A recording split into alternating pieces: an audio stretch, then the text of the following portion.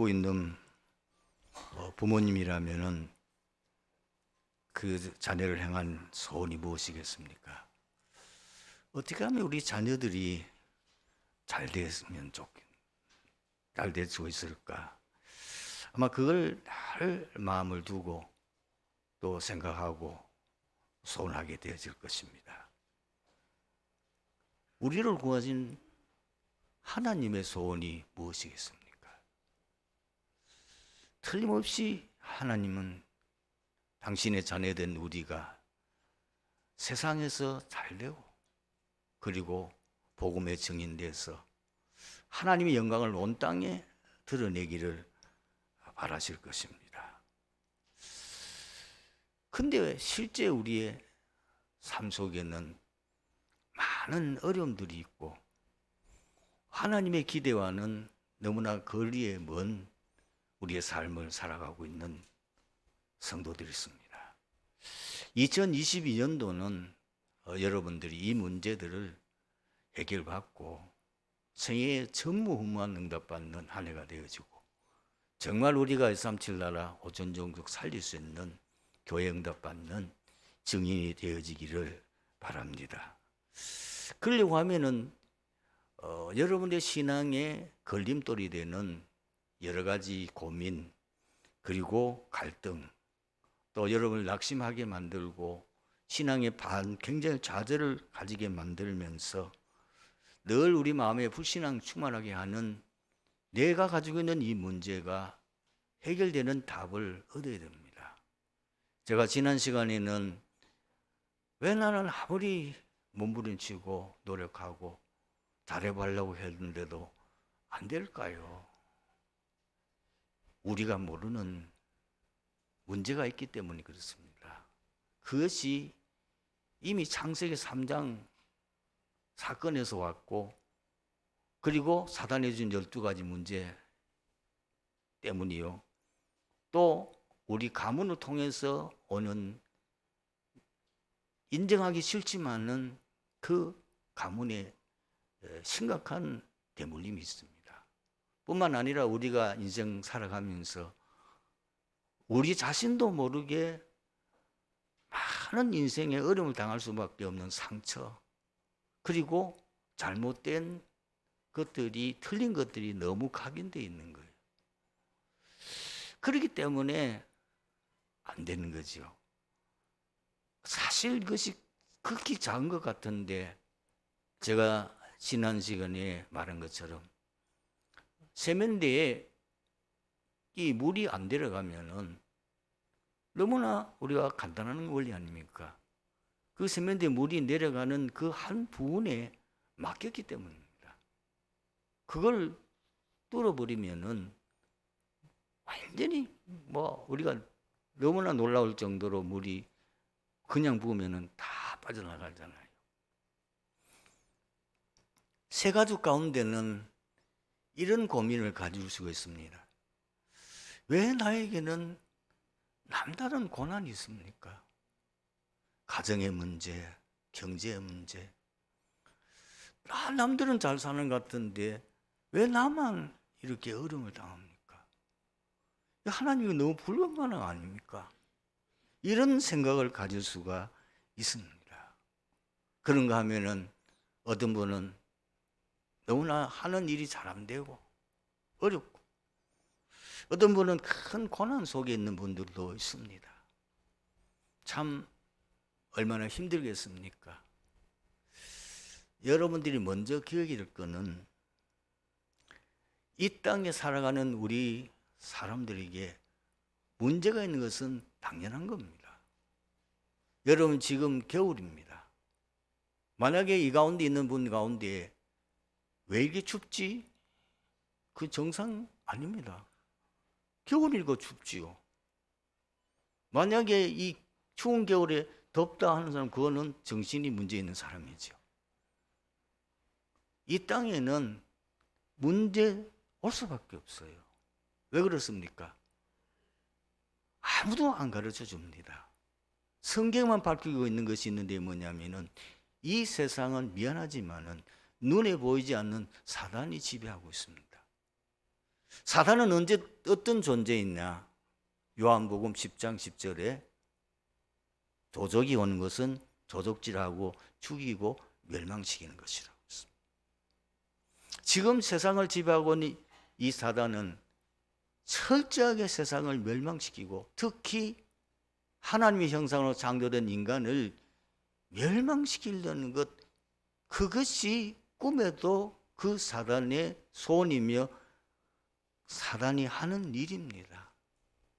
그래서 이 땅에는 끊임없는 문제가 오는 거예요. 이 땅에 문제가 오는 건 당연해요. 그런데다가 세상 사람들은 어떤 상태입니까? 문제 속에 빠질 수밖에 없는 근본 문제요. 그리고 사단이 준 12가지 문제 속에 빠져 있잖아요. 세상에 성공한 자들은 100% 사단 충만한 사단 네팀 네필임 아닙니까? 그러니 문제가 올 수밖에 없는 거예요. 그런데다가 나도 문제를 가지고 있어요. 나도 상처를 가지고 있어요. 나도 많은 부분에 문제가 있어요.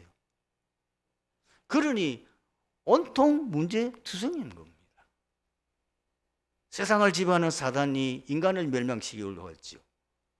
모든 세상 사람들은 저주재앙과 멸망 속에 빠질 수밖에 없는 사주팔자 운명 속에 묶여 있죠. 나 자신도 문제 속에 있지요. 그런데 어떻게 세상에 문제가 없기를 바라겠습니까? 먼저 뭘 기억하셔야 되냐면 평생 기억해야 될 것은 우리가 이 땅에 살아가는데 문제는 항상 있다.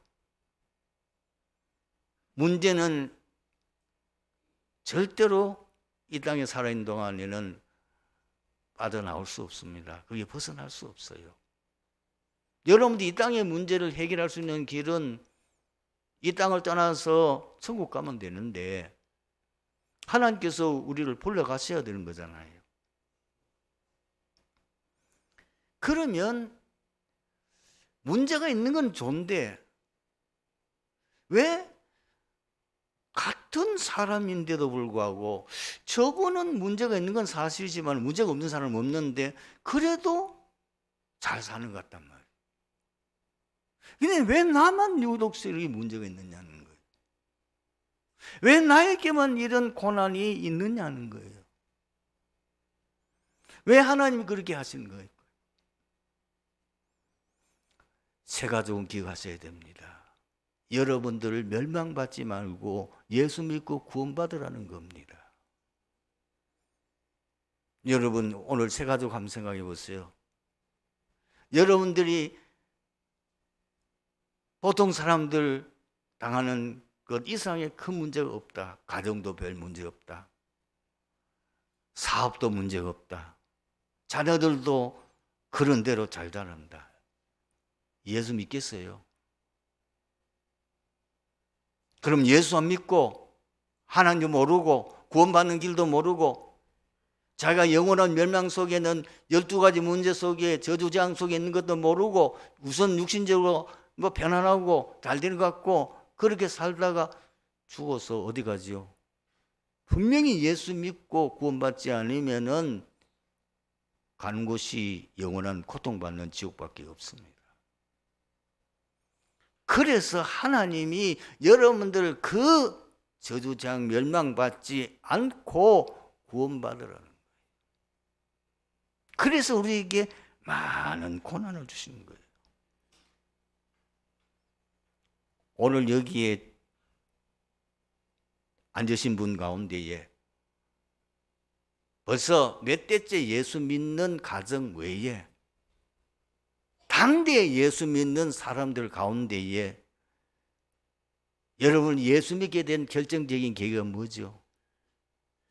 예수 믿을 수밖에 없는 문제가 있었기 때문에 그걸 해결해 보려고 무속인도 찾아가 보고 종교도 가져보고 몸부림쳐보고 노력도 해봤는데 안 돼. 그렇게 몸부림치다가 한 어떤 분의 전도를 받고 예수 믿게 된 거 아닙니까? 저 역시 그렇거든요. 저는 불신자 가정에서 태어났어요. 그리고 어릴 때에 예수 안 믿는 정도가 아니고 오늘 제가 이 목사가 된다고 생각도 못했어요. 그런데 내 인생 살아가면서 도저히 인간이 해결할 수 없는 큰 문제에 봉착되어 가지고 사실 내 인생 끝내려고 생각했었어요. 너무 문제가 많으니까. 저희 어른은 정신질환자로 평생을 고생하다 돌아가셨어요. 옛날엔 제가 이게 부끄러워가 말 못했다니까요. 집사람 뒤에 앉았습니다마는 결혼할 때 내가 속였어요. 우리 가정의 배경. 그러면 집사람이 예수 저하고 결혼하려고 하겠어요? 나중에 결혼하고 난 뒤에 얘기를 했어요. 왜냐하면 너무나 부끄러운 거예요. 아버지가 정신질환자라는 건 저에게는 너무 큰 상처였어요. 너무너무 우리 가족들이 고생했어요. 이런 고생 속에서 제가 병까지 얻었어요. 완전히 절망이었어요. 그 절망을 건져내신 분이 하나님이에요. 그때 내가 예수 믿고 구원받게 됐고 오늘 제가 목사까지 된 거예요. 왜 고난 주십니까? 구원받으라는 거예요. 여러분 가문 구원하라는 거예요. 하나님이 여러분들 통해서 앞으로 굉장한 응답 주시려고 특별하게 여러분들 부르신 거예요. 고난이 아니야 하나님의 축복입니다. 고난이 아닙니다. 하나님의 사랑입니다. 저는 늦게 깨달았어요. 제가 가장 힘들 때 하나님이 가장 내 가까이 계셨다는 것을 알았어요. 혼자서 너무 인생이 어려우니까 울기를 많이 울었어요. 내 팔자가 왜 이런가? 친구들 봐도 그런 사람 없는데. 어릴 때 공부는 그래도 잘한다 소리 들었어요. 참 잘 되는 친구 보고 많이 눈물 흘렸어요. 부러웠어요. 어디 저 친구는 저렇게 잘 되나? 나는 왜 이런가? 내 발자는 왜 이런가? 많이 울었어요. 많이 좌절했어요. 낙심했어요. 그러나 생각해 보니까 하나님이 나를 사랑하셨어요. 그렇게 안 하면 예수 안 믿으니까. 그러지 않으면 멸망기로 갈 거니까. 하나님이 특별한 사랑으로 나를 건지시려고 그 절망과 저주 속에서 나를 구원하신 거예요. 제 가족 여러분 감사하세요. 여러분 그 어려움 아니었다면 예수 믿었겠냐고 말이에요. 여러분을 향한 하나님의 큰 계획이 있어요.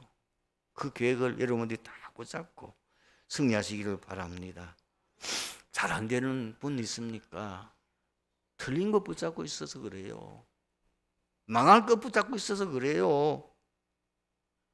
여러분들은 너무 망할 수밖에 없는 상처에 빠져 있어요. 그걸 복음으로 빠져나와야 돼요.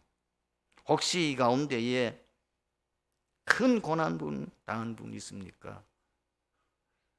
특별 하나님의 선택받은 자예요. 여러분 큰 인물이에요.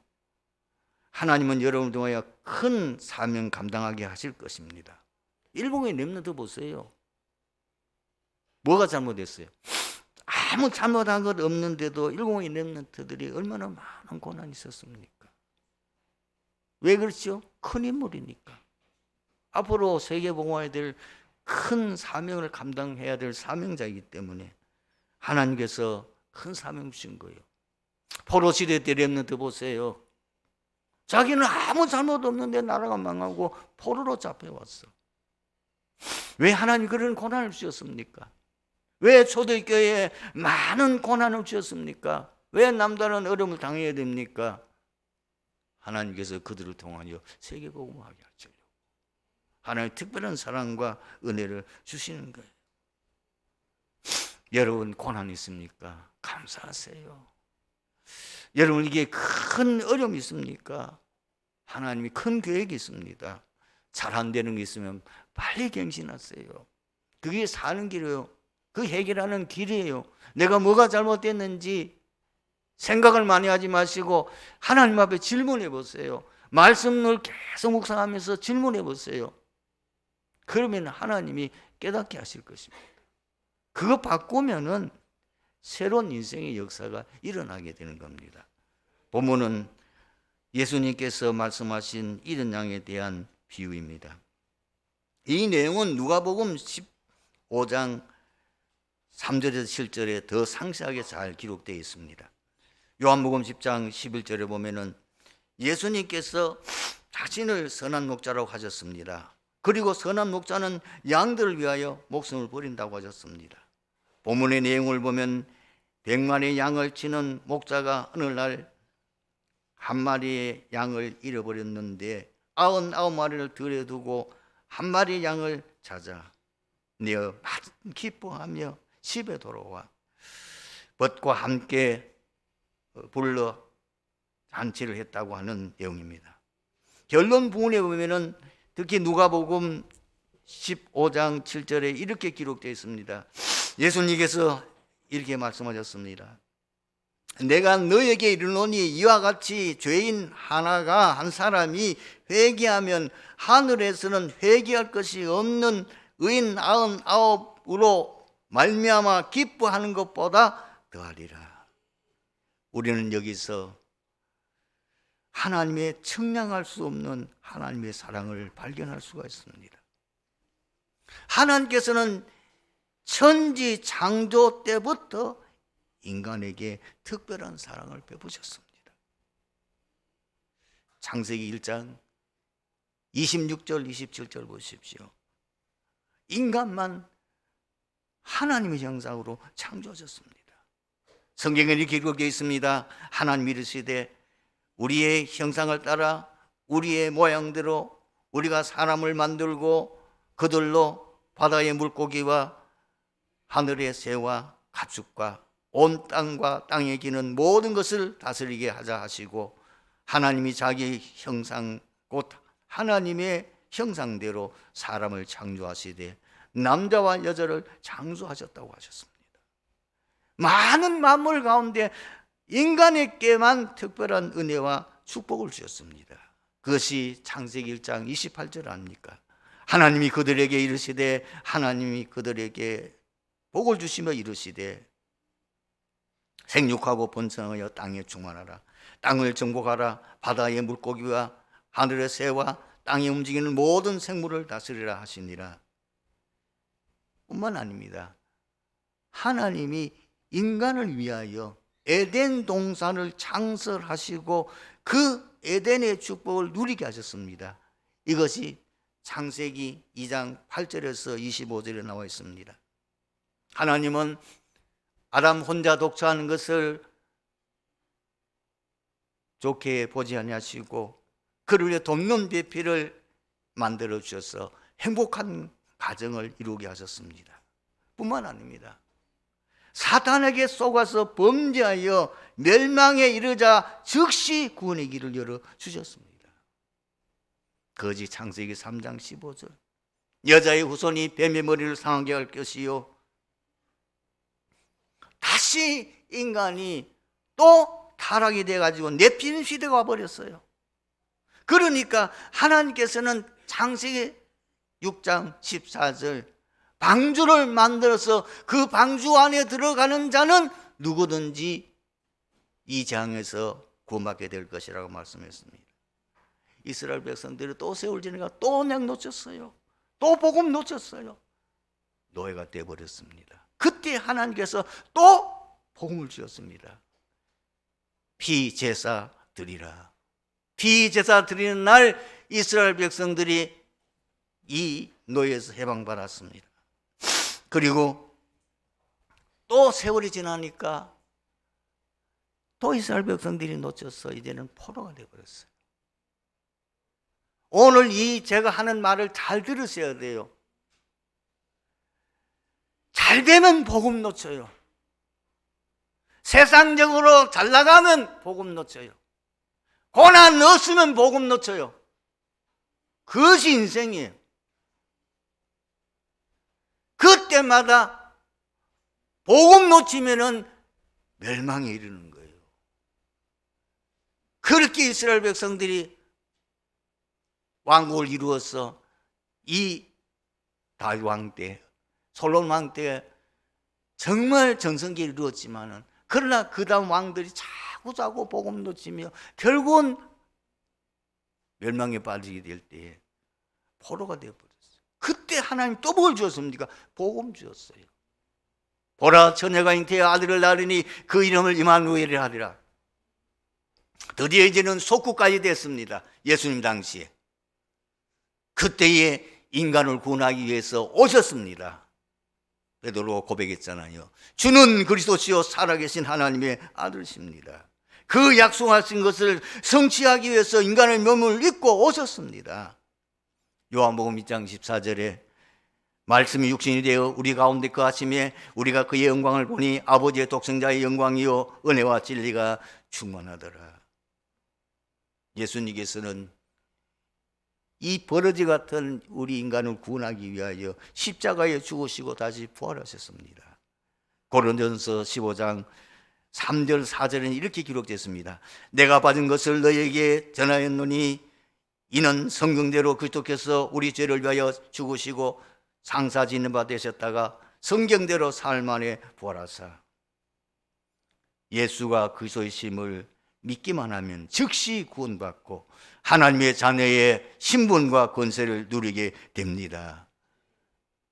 영접하는 자, 그 이름을 믿는 자들에게는 하나님의 자녀가 되는 권세를 주었으니, 지금 성삼위 하나님은 지금 뭘 하십니까? 지금도 선한 목자로 이런 양을 찾아 구원하시려고 24시 수고와 헌신을 하시는 겁니다.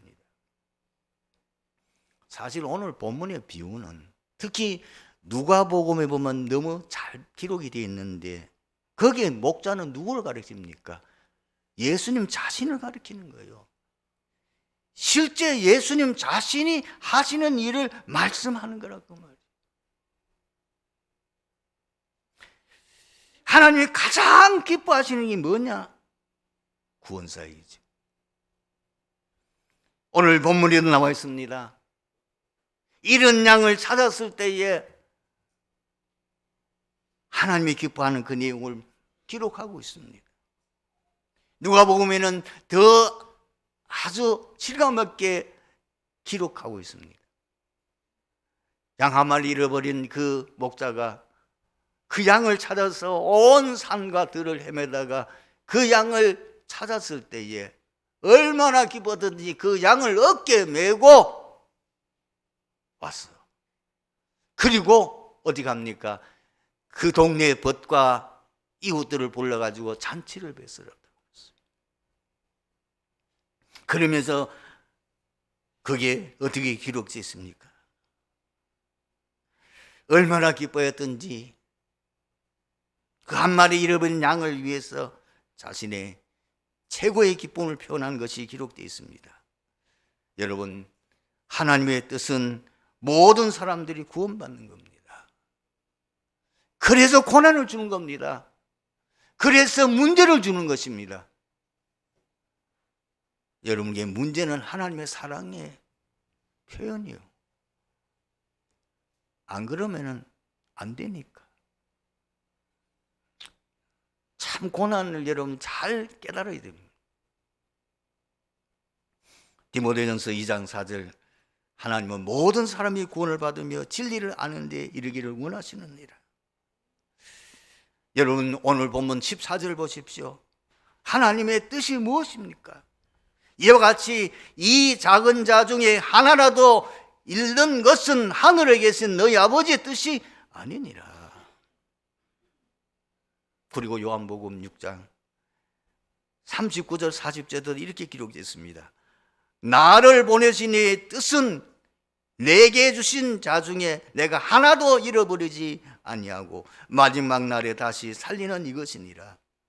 내 아버지의 뜻은 아들을 보고 믿는 자마다 영생을 얻는 이것이니 마지막 날에 내가 그를 다시 살리리라. 여러분들이 오늘 돌아가시거든 누가복음의 이 내용을 곰곰이 보시고 또 묵상해 보세요. 얼마만큼 하나님 인간 구원을 기뻐하시고 인간 구원에 대한 관심을 가지고 계시는지. 오늘 말씀의 결론입니다. 구원받은 성도가 누릴 축복과 사명은 무엇입니까? 하나님이 원래 주신 은혜와 축복이 있습니다. 그게 창세기 1장 하나님의 형상, 그리고 28절 문화의 축복, 생육하고 번성하여 땅에 충만하라, 땅을 정복하고 다스리라. 그리고 주신 게 뭐죠? 에덴 동산의 축복, 최고의 행복한 환경과 가정을 이루어 주셨습니다. 그걸 다시 회복하는 거예요. 이것이 우리가 누릴 축복이요. 또 그것을 통해서 잃어버렸을 때에 삼저주 해결하시고 자녀의 신부와 권세를 누리게 하시며 보호자의 축복과 그리고 삼회복과 전무후무한 응답받는 이 축복을 누리기를 원하십니다. 그리고 성도가 이 땅에 사는 사명이 무엇입니까? 생명 다하는 날까지 불신자 구원과 세계에 복음합니다. 이 사명 붙잡고 2022년도 생애 최고의 축복과 응답받는 한 해가 되기를 주님의 이름으로 축원합니다. 아버지 하나님, 은혜 감사합니다.